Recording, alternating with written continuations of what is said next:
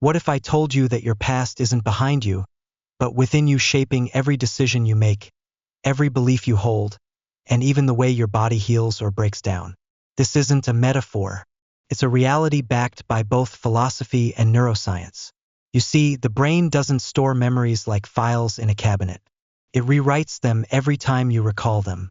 Each time you revisit an event, your brain subtly changes the details based on how you feel now. This process is called memory reconsolidation, and it's one of the most powerful tools nature has given us, but most people never realize it.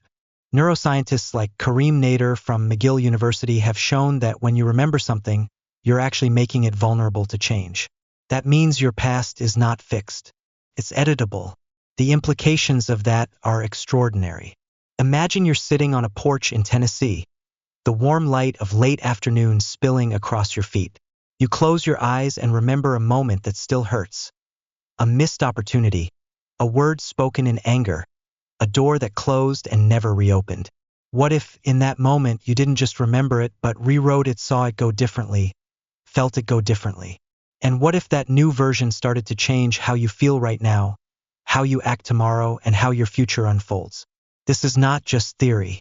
Studies in neuroplasticity, such as those published in Nature Reviews Neuroscience, show us that the brain is constantly rewiring itself based on what we imagine just as much as what we experience.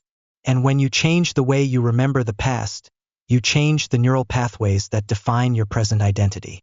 In philosophical terms, this aligns with the idealist tradition, the view that reality is not merely material but mental. Neville Goddard, a mystic thinker born in the early 20th century, taught that imagination creates reality. At the time, this was dismissed as mystical idealism. But today, science is beginning to catch up. Your hippocampus, the region of the brain that processes memory, also lights up when you imagine future events. This means the brain uses the same pathways to envision what will happen as it does to remember what already happened. That's why changing the way you remember can directly affect the way you expect and thus what you experience. For those of us over 65, this is more than an idea. It's an invitation. Too often, we accept regret as a permanent resident in our minds. We say, "It's too late." But the truth is, the most important story hasn't been told yet. And you're still the author. Start small. Tonight, before bed, take one moment from your past that still lingers like a shadow in your chest. Close your eyes. Change it. Don't just imagine it differently. Feel it differently. If you were rejected, feel yourself being accepted. If you lost, feel yourself having won. If you hurt someone, feel the reconciliation. Then, let it be. Don't talk about it. Don't check if it's working.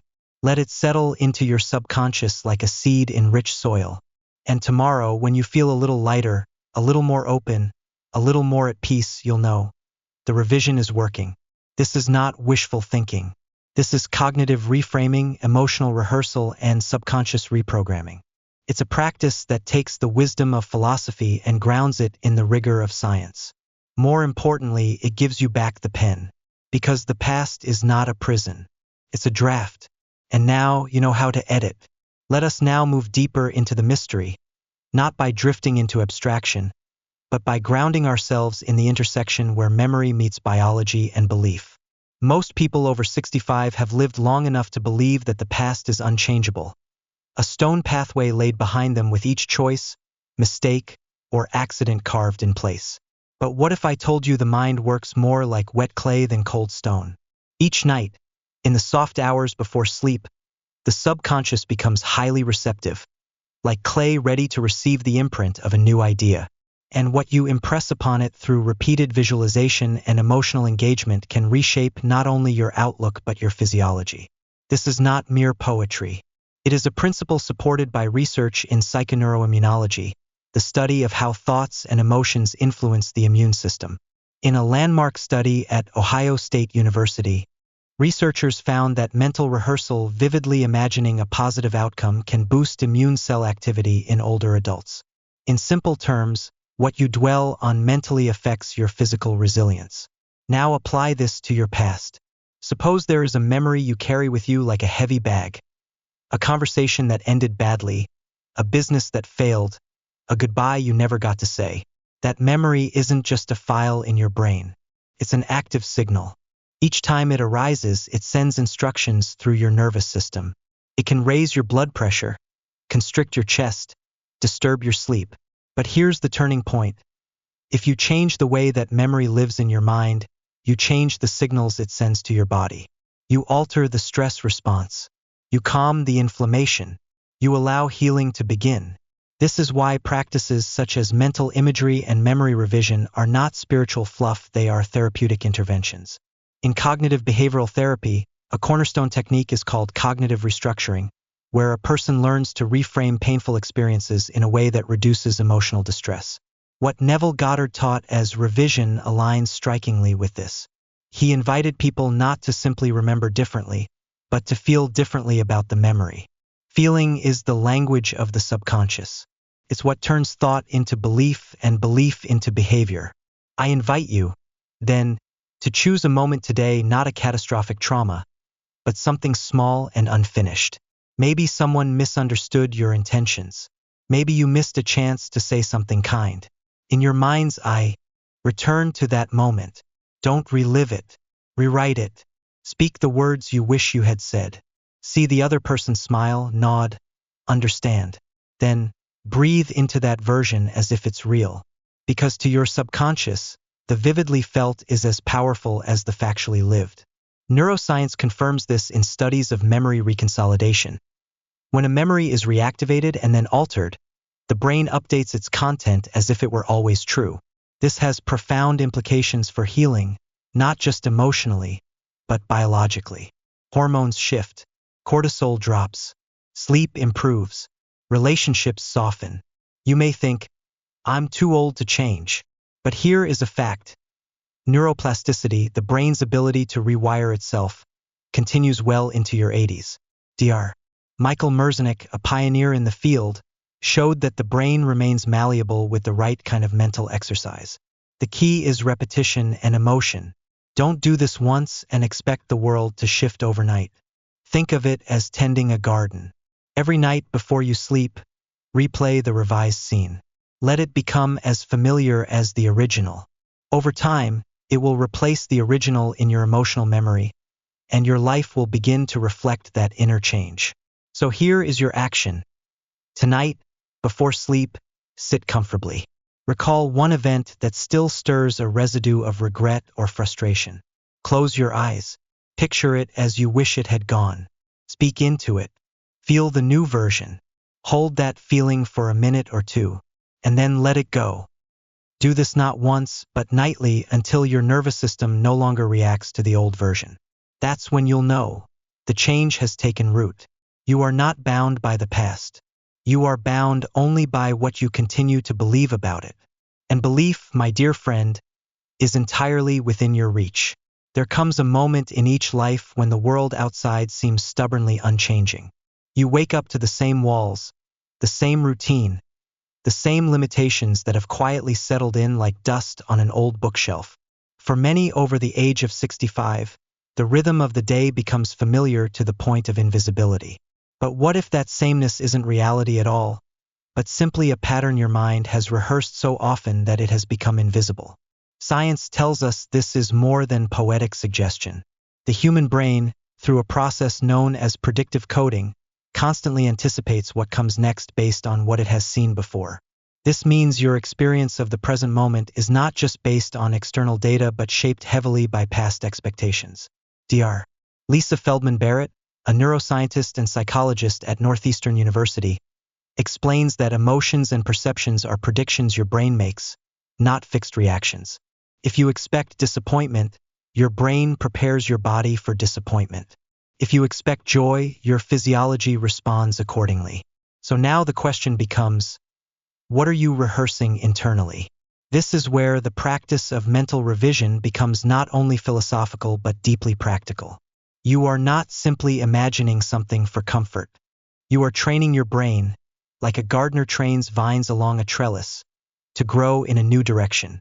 Let's take an example. Imagine you recently applied for a community role or local volunteer position but were turned down. You could file that experience away as rejection, or you could revise it. In the privacy of your imagination, replay the call or the letter, but this time, hear the voice say, "We'd be honored to have you." See yourself stepping into that role with confidence. Feel the pride of contribution. Now here's what happens neurologically. Your brain begins to rewire itself based on this new narrative. Functional MRI scans have shown that vividly imagining an experience activates nearly the same regions in the brain as actually living it. This includes the prefrontal cortex, the limbic system, and even the motor areas. That's not metaphor. That's neurobiology. The mind rehearses the new version, and the body begins to believe. From a philosophical standpoint, this echoes the ancient idea from Plato that reality is shaped not by what is external but by the forms we hold in the mind. More recently, quantum physicists like Dr.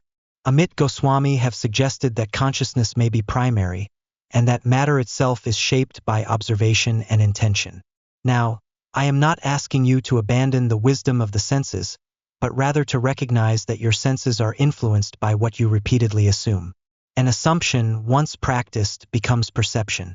That is why Neville Goddard's teachings on assumption were not wishful thinking but a psychological method decades ahead of its time. So here is what I invite you to do this week. Choose one narrative that no longer serves you, something small but real. Perhaps it's the belief that your best years are behind you. Perhaps it's the story that your body can no longer heal.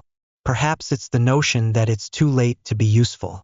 In your quiet moments, especially before sleep or just after waking, enter the scene that contradicts that belief. Picture it. Feel it. Speak it internally as if it has already happened. If the story is that you are no longer needed, revise it with a moment where someone says, "I don't know what we'd do without you." Let it become familiar. Return to it every evening. Like a well-tended fire, it needs fuel and attention to stay alive. This is not a trick. It is a technique, and it requires no audience, no performance, no external confirmation. You do not need to tell anyone you're doing it. In fact, the quietness of this practice is what gives it strength. The world responds most powerfully to changes that begin silently, from within. So revise not for proof, but for peace. Assume not to impress others, but to re-educate your own nervous system. And believe not in magic, but in the astonishing adaptability of the human spirit and brain. Because you are not simply living your life, you are also remembering it into being. And that is a power worth using wisely. There is a sacred power in silence that our modern world has forgotten. We have become so accustomed to sharing every thought, every hope, every disappointment, that we overlook the quiet force of secrecy in personal transformation. But just like a seed that germinates best in the dark, your deepest internal changes thrive not under scrutiny but in solitude. Neville Goddard spoke of this with poetic clarity, urging us to move in silence after we have planted the seed of a new reality through imagination. And modern science, surprisingly, agrees. Studies in behavioral psychology and cognitive neuroscience show that when a person verbalizes a goal or intention too early and too often, the brain receives a premature sense of completion. This phenomenon, studied by Dr. Peter Gallwitzer at New York University, is called the intention-behavior gap. When we announce our goals, we may get the social reward, the nods, the encouragement, the attention without taking any real steps toward the transformation itself. In other words, we mistake talking about the journey for actually walking it. Think about how a sculptor begins their work. They don't display the slab of marble on the town square with a sign that says, "Masterpiece in progress." No, they retreat into their studio, away from the noise and commentary, and let the chisel speak for them in silence. The work becomes sacred because it is done in privacy. When you revise your past or impress a new belief upon your subconscious, that act is deeply intimate. It does not require an audience. It does not need validation. When you start checking too soon, has anything changed yet? Do I feel different? Has the money come? Has the relationship shifted? You are touching wet cement. You are disturbing the pattern before it has settled. The analogy is not just poetic. It is literal. The brain forms new neural pathways through repeated and emotionally charged thought, a process called long-term potentiation. But these pathways are fragile at first, and introducing too much self-doubt or external feedback interrupts their consolidation. Like sleep, belief requires stillness to take hold. Let me give you a concrete example. Suppose you have revised a memory in which you were overlooked and instead imagined being seen, chosen, valued. You feel the warmth of that moment before sleep, and something in you stirs. The mistake would be to wake up the next morning and start scanning the world for signs that others are treating you differently. That act alone signals to your subconscious that you do not fully believe the revision. And the subconscious responds accordingly. In this sense, faith is not blind. It is disciplined. It is the conscious choice to hold onto a new inner reality without needing instant evidence from the outer world. Philosophically, this reflects the Stoic tradition, which teaches that we cannot control outer circumstances, but we can govern our responses and our inner state. Marcus Aurelius wrote, "The universe is change. Our life is what our thoughts make it." Combine that with current findings in epigenetics where your thoughts and emotions can influence the expression of your genes, and you see a clear bridge between the ancient and the modern. Dr. Bruce Lipton's work, for instance, has shown how belief stored in the subconscious can influence cellular behavior. This is not science fiction. It is science catching up with philosophy. So what should you do after revising your memory, after imagining a new outcome, after claiming a better reality in the quiet space of your mind? You do nothing visible. You go on with your day. You smile. You breathe. You carry the feeling as if it has already happened, because in the only place that matters, the laboratory of your subconscious, it has. You don't need to tell your friends. You don't need to post online. You don't need to explain why your mood has changed. Let your results speak for you. Let the shift in your posture, your peace, your presence become the evidence. Because the most powerful transformations happen not with noise, but with quiet certainty. Here is your invitation. For the next 7 days, choose one revised memory or assumption and practice it silently each night before bed. Do not share it. Do not look for proof. Simply live from it. Let the feeling guide your choices. Let the calm in your body become the sign that the new reality is settling in. The silence is not a void. It is a womb. It is where real change begins. Let it work. Let it grow. And watch the world begin to shape itself to meet the new you who already lives inside. There comes a quiet turning point in every seeker's path when understanding shifts from theory to truth, from intellectual curiosity to lived certainty. You no longer ask whether the technique works. You begin to feel it unfolding from within. This is the moment when the invisible takes shape, not as magic but as mechanism. Neuroscience confirms what mystics have long whispered, that the brain, the heart, and even the immune system all respond not to what is real in the material world, but to what is vividly felt and consistently believed. Dr. Joe Dispenza, a former chiropractor turned researcher in neuroscience and epigenetics, has shown through real-time brain scans that when people emotionally experience a future event as if it has already occurred, their brains fire in patterns identical to those seen in actual experiences. The body follows, producing the same biochemistry as if the imagined had already happened. This tells us something profound. Reality is less a reflection of facts and more a mirror of your dominant state of consciousness. You don't get what you want. You get who you are on the inside. And this is why silence, repetition, and emotional conviction matter. If every night you revise a memory not with logic, but with love, you slowly, gently change the soil in which the future grows. If every day you refuse to dig up the seed for proof, and instead carry the feeling of "it is done," you begin to embody a new pattern. Your nervous system calms. Your perspective widens. Your choices shift. People around you start to respond differently, not because they've changed, but because you have. From a philosophical standpoint, this brings us into harmony with the principle of causal agency found in both Stoicism and Advaita Vedanta, that the world mirrors your inner state, not the other way around. From a scientific standpoint, it's supported by studies in psychophysiology and the placebo effect, where patients who believe in the effectiveness of a treatment often experience real healing, even if the treatment is inert. Belief changes biology. Intention rewires perception, and repetition creates permanence. So now the final key is this: do not wait. Do not wait for a better time, a different season, a more perfect condition. You are not here to observe reality as it is.